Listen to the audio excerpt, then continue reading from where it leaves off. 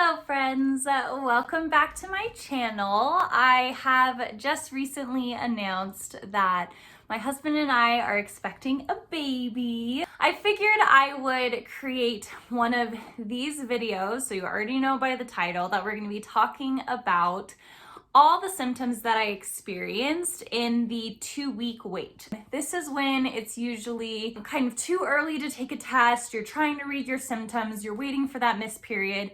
And so it is so hard, especially after months of trying, to not pick up on every little thing that your body is doing and just trying to figure out, is this pregnancy? Am I pregnant? And trying to not, put it on the forefront of your mind, but it still pops up there. So it is so difficult during this season. I do understand. So before I get into what my actual symptoms were, I do want to say a word to anyone who might be looking at this video who you're not sure if you're pregnant and you're trying to look for signs. I do want to say that it is a very trying time and it is hard for anxiety levels and for mental health. Try not to overthink it. I know it's easier said than done, but as much as you can put it away from, the forefront of your mind, the better.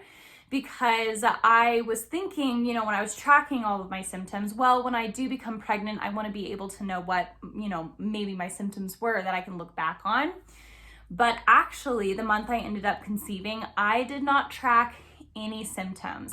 Once I discovered that we had conceived, during that time, I thought back, okay, what were my symptoms on what days? And I wrote it all down.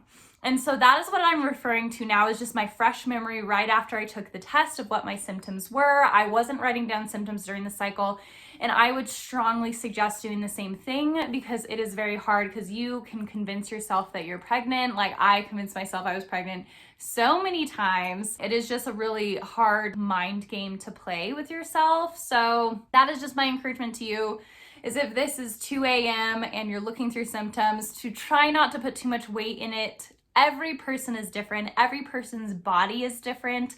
I would say that I had felt more pregnant or more pregnancy symptoms on months that I was not pregnant, and it was actually just PMS symptoms, than when I actually was pregnant. So I will say that probably when I was pregnant was one of the more mellow months, but I did have some weird symptoms that I'm going to point out in this video. So for all of these symptoms, I will mention DPO, which is days past ovulation. And so my positive pregnancy test that I did get, it was the first day that I tested, because sometimes if you test too early, you might get a negative and then later a positive. I didn't want to put myself through that. I was trying not to, so I took a test on the day of my expected period according to my app. I received a positive pregnancy test on 12 DPO. So all of this is in relation to that. So between ovulation day and 12 DPO, these were my symptoms. Now, just a little disclaimer, these symptoms are definitely going to get very TMI. That is the entire point, I think, of a symptoms video, is to get really up close and personal. So if you maybe know me personally and you don't want to hear the very specific details, then maybe you don't have to watch this video. But one of the earliest symptoms that I noticed around 3 to 4 DPO was very sore and tender breasts. Now, my boobs are always very sore before my period, but it's usually, I would say, 7 days past ovulation and a few days before my period comes. I know my period is coming because my boobs are very sore, very tender. So that is something I've always experienced before my cycle begins. But what I noticed about this cycle is that it started super early. So, the thought was, in this entire cycle also, because it was our 7 months after trying, I was almost trying to convince myself that anything I was experiencing was just a normal symptom, because I had worked it up before to think that I was pregnant. I was almost doing the opposite this cycle. So I was just thinking, it might be a little strange, might be earlier than normal. Maybe the cycle is off, which has happened before, and I'm just going to have a very short cycle this time. That's a possibility. So that was the first thing that I noticed. The next symptom that I noticed, it wasn't really a symptom, but more of a pattern, was because I was tracking my basal body temperature within my app, something I had been doing for, at that point, 3.5 years. But it had become very habitual, so even though I wasn't writing down any symptoms, I was still tracking my temperature. And I did notice what is referred to with basal body temperature charting is what's called an implantation dip. An implantation dip is usually when you look at your chart, and I will put my chart here so that you can kind of see the dip of my own. An implantation dip is usually, if you're not familiar with basal body temperature, just a really quick overview, after you ovulate, your body temperature raises above your cover line. So when you are fertile, it will be below your cover line. So this average temperature, you can see my line right there, and I'll ovulate and then my body temperature raises above my cover line. And my body temperature is actually raising because if I were to conceive, then my body temperature would need to be higher and be sustained higher in order to support a pregnancy. And so an implantation dip is actually a pattern that when implantation is occurring or beginning to occur, you'll actually see a dip where instead of staying above your cover line, which happens in your luteal phase, it will actually drop below your cover line for just one day for 24 hours. And then the next day it will shoot right back up and it'll stay hovered and it will stay above your cover line for then if you have conceived, it will stay above your cover line for the duration of your pregnancy. Then I don't know if you would even consider this a symptom, but it was something I actually remembered. And so I went ahead and wrote it down. I don't know exactly when it happened. I think it was around 5, 6, 7 DPO. And it was so strange because I remembered what is going on. I usually don't get allergies. But there were 2 consecutive mornings while I was doing my morning routine. You know, usually I sit in this chair right here in this room and I do my devotion every morning and then I do yoga. And while I was doing my morning routine, 2 different mornings in a row, I had this like sneeze attack. And I know it sounds so strange, but it's like, I couldn't stop sneezing, and that went on for maybe 10 minutes, and that happened 2 mornings in a row. But maybe that was just something my body was experiencing. Now, the next symptom is more so a lack of a symptom, I would say. So I have very crampy cycles normally. I get lots of cramps, but typically I get worse period cramps before I'm on my period than when I am on my period. And I know that that might sound strange, but that's why I was maybe thinking, you know, I wonder if, 7 months not conceiving, I have really crampy cycles. I wonder if, that has to do with something going on that's a little bit, abnormal or out of the ordinary. But usually even as much as 5 to 7 days before I start my period, I will start cramping. And so one thing I noticed during this cycle is that I wasn't cramping, but my lower back was achy, almost like it was really sore, like I'd worked out, although I hadn't done anything to make it sore. And my lower abdomen also was achy. So it was almost a lack of cramping that caught my attention, like, I haven't had like any cramps yet. Maybe, something about my lifestyle is healthier, so it's helping it. But I remember that caught my attention. Also, something was an upset stomach over a couple days. And I have IBS. And so having an upset stomach is not abnormal for me. And I actually recently discovered that I am allergic to garlic. So I remember just, thinking that, this is odd because it was, rather than just being kind of an incident of an upset stomach, it was like my digestion couldn't return to normal for like 3-4 days. And this was, I want to say, around 8 to 10 DPO. Now, this next symptom, I would say, was probably the most telling, although I, again, was trying to convince myself that I wasn't pregnant this cycle. And this was the only thing I wrote down the day that it happened. Like I said, I wrote down all of these other symptoms after I'd received a positive pregnancy test. I just thought back to the last 12 days and wrote everything down.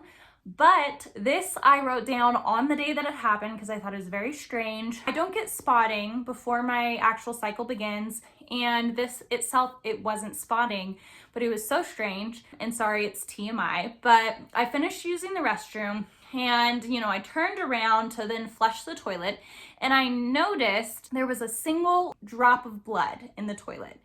And so I was like, maybe I'm about to start my period, but that was at 9 DPO.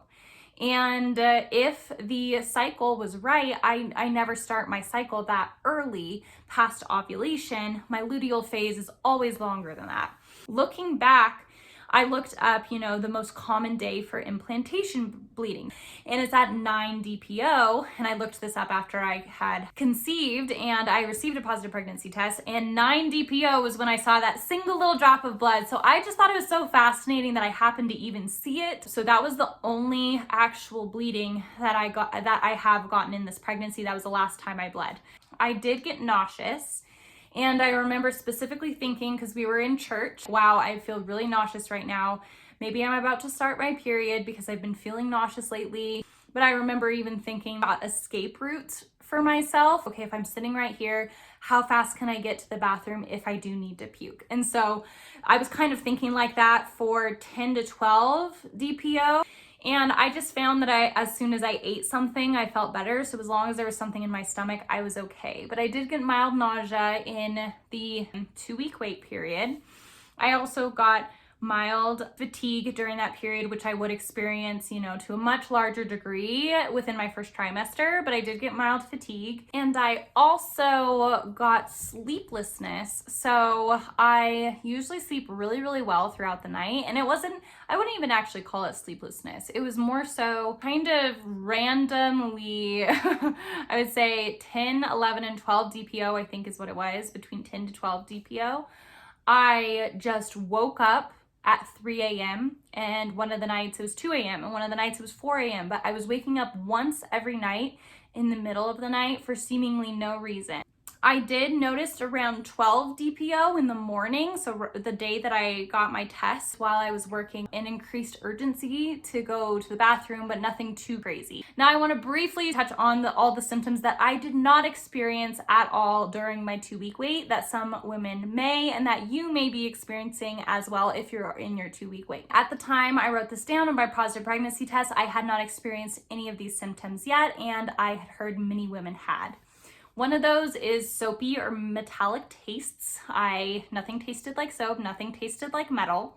Another was some strange or sudden cravings or aversions. I didn't experience any of that early. I did not experience any vomiting, although I did get nauseous. I did not experience any implantation cramps, which was strange because I have a very crampy cycle. So I remember that did catch my attention. Although I did get cramps, I want to say a week or two after I received that positive pregnancy test, I did receive cramps. But on the day of, expected implantation, when implantation bleeding was occurring, I did not have any cramps that accompanied that. I also didn't have any bloating during this time, and the bloating would come later, but I had heard, from some other women that they had really extreme bloating really early on. I did not have any bloating early on. I had other stomach issues, like I said, that was kind of a little bit more IBS. I didn't receive, at least this early on, any heightened sense of smell or any strange smells. That was shortly coming, but I did not have that symptom within my 2-week wait. Also, no mood swings during this period, although my husband would be like, what?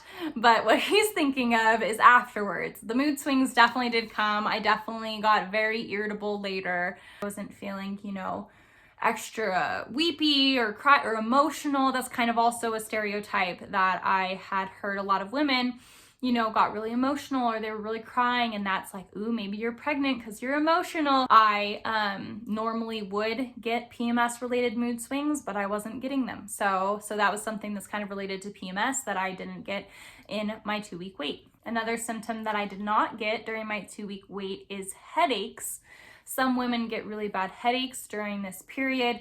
A lot of it relates to the massive surging of hormones that you are experiencing. I will talk about later when the headaches came on, because I don't want to spoil too much the first or second trimester recap videos, but I did not receive any headaches within this 2-week wait period. So that is pretty much it. That is the gist of it. The symptoms that I did experience and the symptoms that I did not experience. Like I said in the very beginning of this video, if you find yourself watching this and you are just scouring the internet trying to find someone who you can relate to, someone who is feeling the same thing, it is extremely hard to wait and to not count symptoms or count days or to overanalyze what your body is doing. Your journey is your own and it's meant to be special, and it may not feel like that. It may feel infuriating and frustrating and really difficult. Just be encouraged and know that your time will come exactly when it's meant to, not a day too early or a day too long. And your future baby can only come to you on the exact day that that baby is meant to. So if you got pregnant earlier than that, it would be a different baby coming to you than the baby that is meant to come to you. So that's kind of how I like to think of it, is that your perfect child is meant to come to you on the exact day that they're going to come to you. So you can't rush it and you can't postpone it. So just be encouraged in that. So with all that said, thank you so much for watching this video. I hope it provided some value and encouragement to you. I cannot wait to keep tracking this pregnancy journey on here. I am so excited for the days and weeks and months that are ahead. So thank you so much for watching this video. If you liked it, please remember to give it a little thumbs up. I hope you have a wonderful day, and I will catch you on the next one.